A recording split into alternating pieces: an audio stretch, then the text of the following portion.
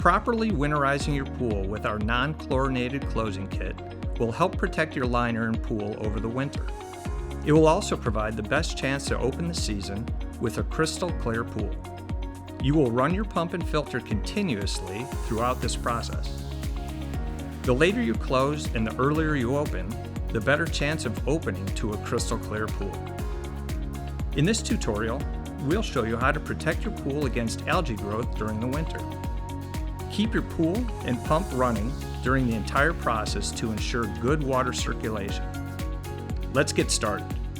Using your test strips, make sure your pH and alkalinity are balanced and stop chlorination 24 hours prior to adding your closing chemicals. The goal is to close your pool with a 2 to 3 parts per million of chlorine. With your water properly balanced, you can add the chemicals in your Water Trends Winter Closing Kit. Start by broadcasting the entire bottle of winterizing algicide around the pool. Allow the chemical to circulate for at least 15 minutes. Next, broadcast the entire bottle of winterizing stain and scale control around the pool. Again, allow at least 15 minutes for the chemicals to circulate. Now it's time to broadcast the bag of non-chlorinated shock. This will oxidize your pool water and burns off dead bacteria. Circulate for another 15 minutes. The final step is to add the winter cartridge to the pool.